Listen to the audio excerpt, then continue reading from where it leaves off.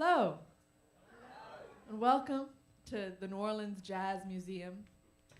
I'm here as a representative of the New Orleans National Historical Park, which is actually a friend of the Jazz Museums, as we partner together on many occasions, namely also to help fund this beautiful space. But we also put on performances every Tuesday and Thursday at 2 p.m. here that we sponsor, the National Historical Park. And Thursdays are our piano hour. And today we have the incredible Shea Pierre, who will come up here and I'm sure send you to a whole new space and time that you'll forget you ever partied on Mardi Gras. So please join me and help me welcome Mr. Shea Pierre.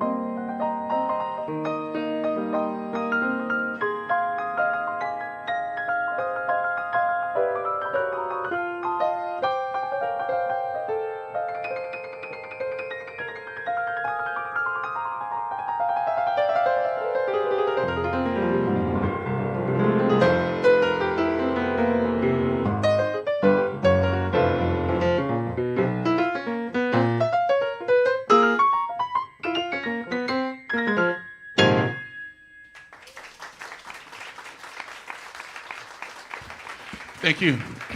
Thank you. Thank you all so much. Thank you. So again, my name is Shea Pierre.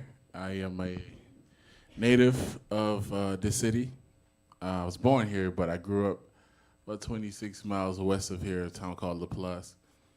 And but I am a son of the piano tradition, of the music tradition, of the culture of New Orleans, which is a long lineage of piano players dating back to Professor Longhair, Jelly Roll Morton, Henry Butler, and of course my teacher and mentor, Ellis Marcellus.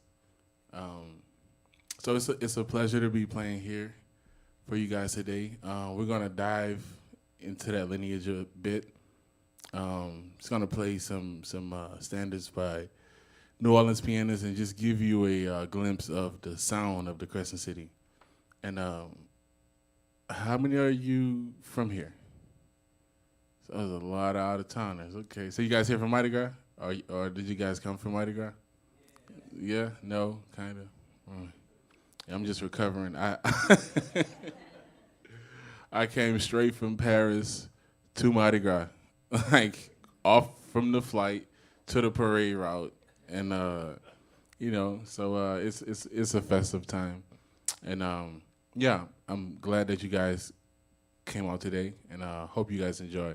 That tune was a old standard entitled Sweet Georgia Brown, which used to be the theme song for the Harlem Globetrotters back in the 70s, I believe. And I'm going to continue with something. I'm not sure what it is, but when I figure it out, I'll let you know.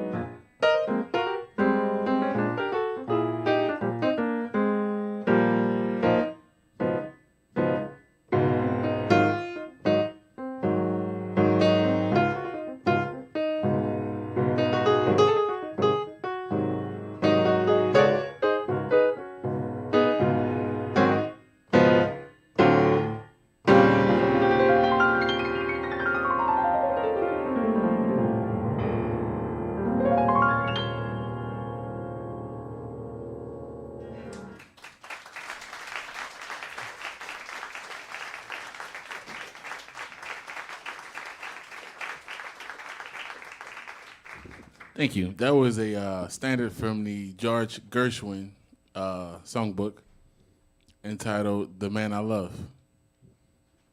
I'm going to continue now with a tune by, well, not even a tune by this guy, but I'm going to play a song to pay homage to the late James Booker. James Booker was our piano prince of New Orleans.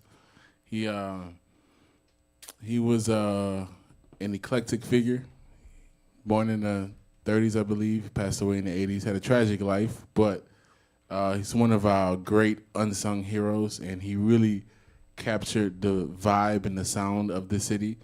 And he played so much piano that he really couldn't hire a band because he just covered all ground. You know, he was the bass player, he was the drummer, he was the pianist. And this is a rendition of Tico Tico, played in the style of James Booker.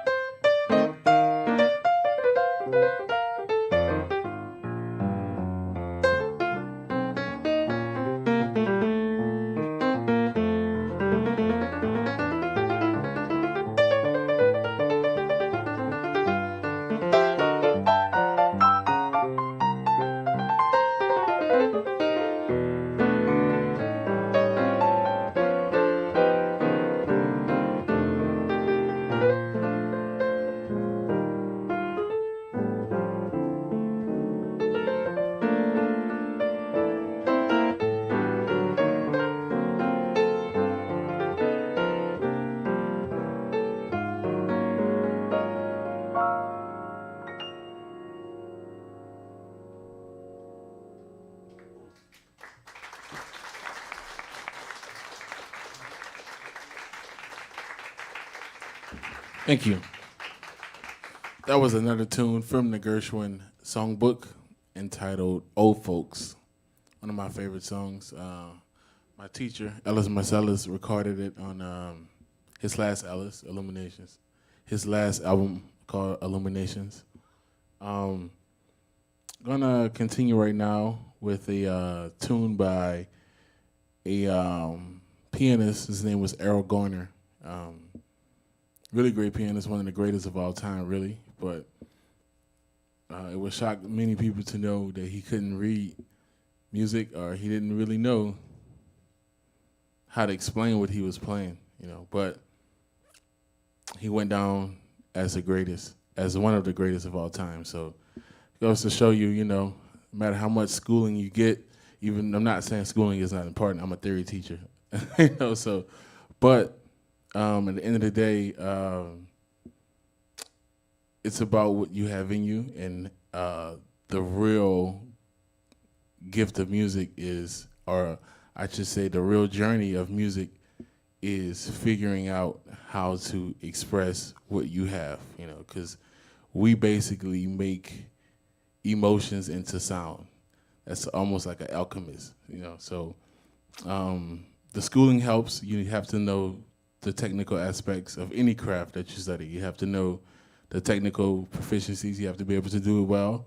You have to be able to play fast and all of that stuff. But to get to the alchemy part of it, to get to the part that people want to hear, you know, that takes a special kind of thing that school can't really give you. So this tune is called Penthouse Serenade.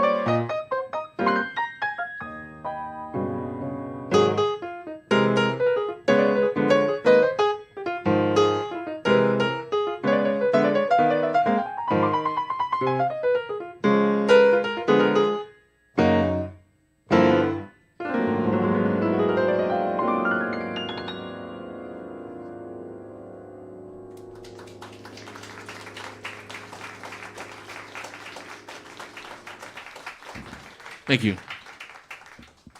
So I'm gonna switch gears a little bit. One thing about being from New Orleans and being a musician in New Orleans, it's a lot of culture, a lot of variety, a lot of mix-ups, like a big old gumbo, you know. So with that being said, musicians, you know, we're known as the birthplace of what they call jazz. That's not a term that we really use here, but we're also the breadbasket of pop culture. So basically, we're the birthplace of modern music, music in a modern context, how we hear music here. With that being said, you know, we have to learn a lot of different styles. Even though we're known for jazz, we have our own funk scene. We have our own R&B scene. And to be a successful musician in New Orleans, or just in general, you know, you have to be able to tap into those styles.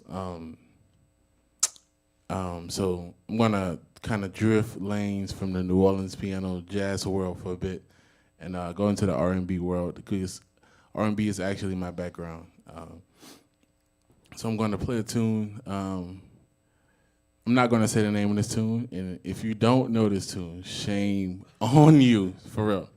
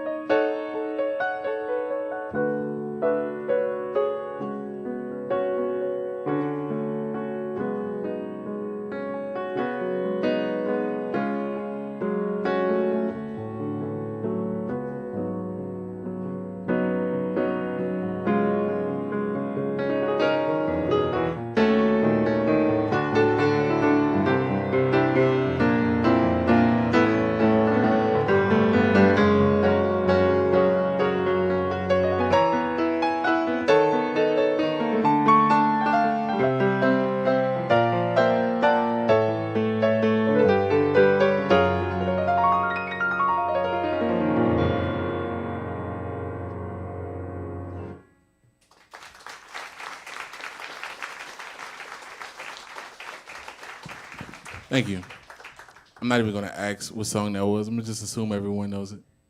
Of course, that was "Don't Worry About a Thing" by Stevie Wonder. We have time for one or two more, but every now and then, I like to open the floor up to questions that some of you might have for me, or might have about the city, or might have about the music. I can take two or three questions if you guys have any. Wow. Okay. I love Professor Longhair. Yeah, he's definitely one of the quintessential pioneers of the city of the music. I love him. I adore him. I studied him, for a very long time. So, yeah, he asked if I like Professor Longhair. Professor Longhair is a pianist from here. Really rocked the scene in the 50s, 60s. He's the composer of one of our theme songs entitled Big Chief, which some of you may know.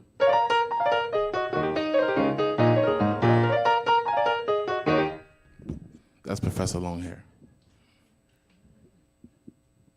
Anyone else? Yeah.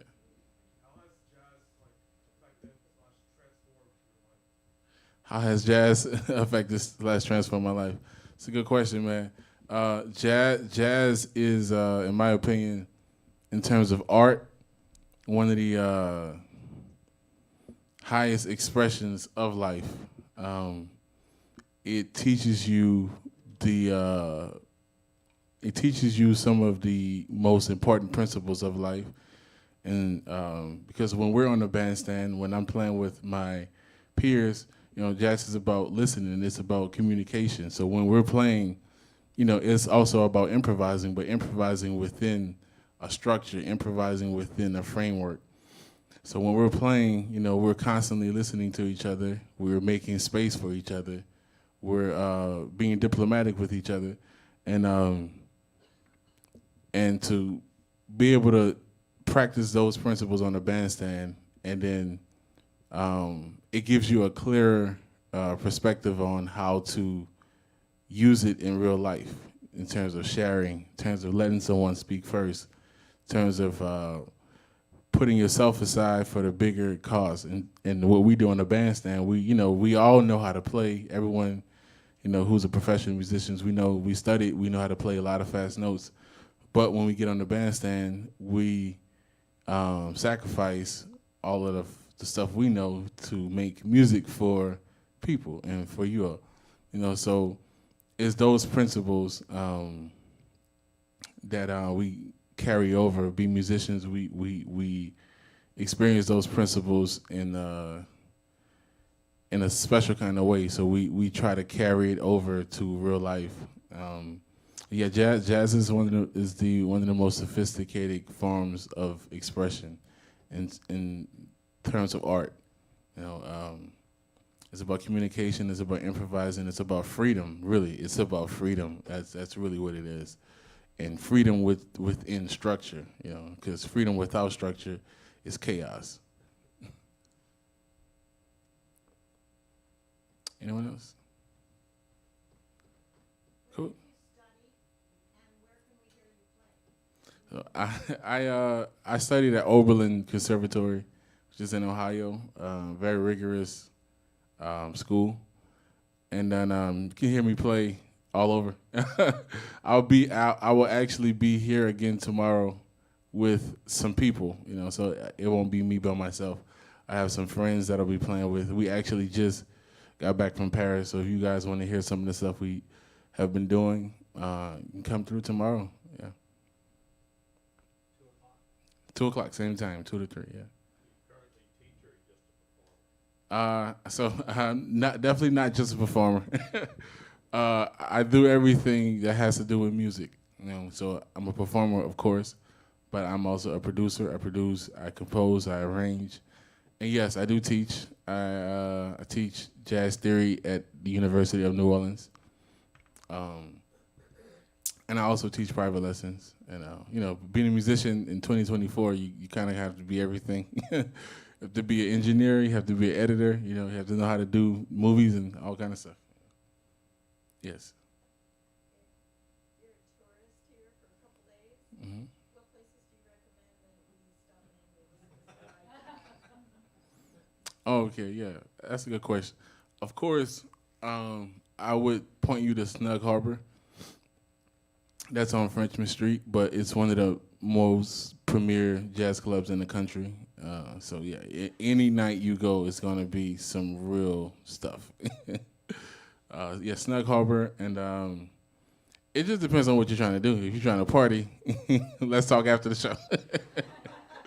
But if you're just trying to capture some of the essence, yeah, I would go to Snug. It's very quintessential New Orleans vibe, and the food is great too. Cool. Well, thank you all so much for coming out today. Really appreciate it. Once again, my name is Shea Pierre. I got one more short one for you.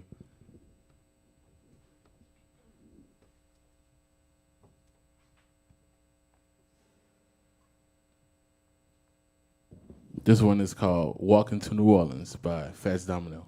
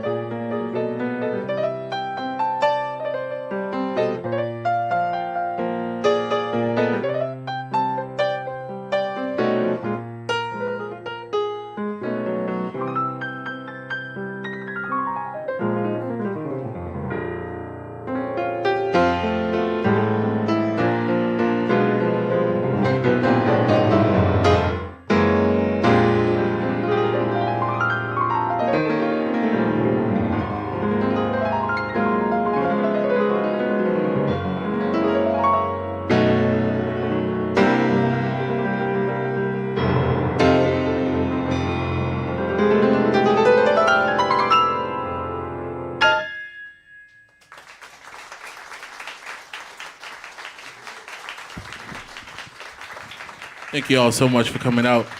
Welcome to New Orleans, and have a great and safe rest of your stay here. Thank you. Shea Pierre, everybody. Thank you so much for coming to the New Orleans Jazz Museum.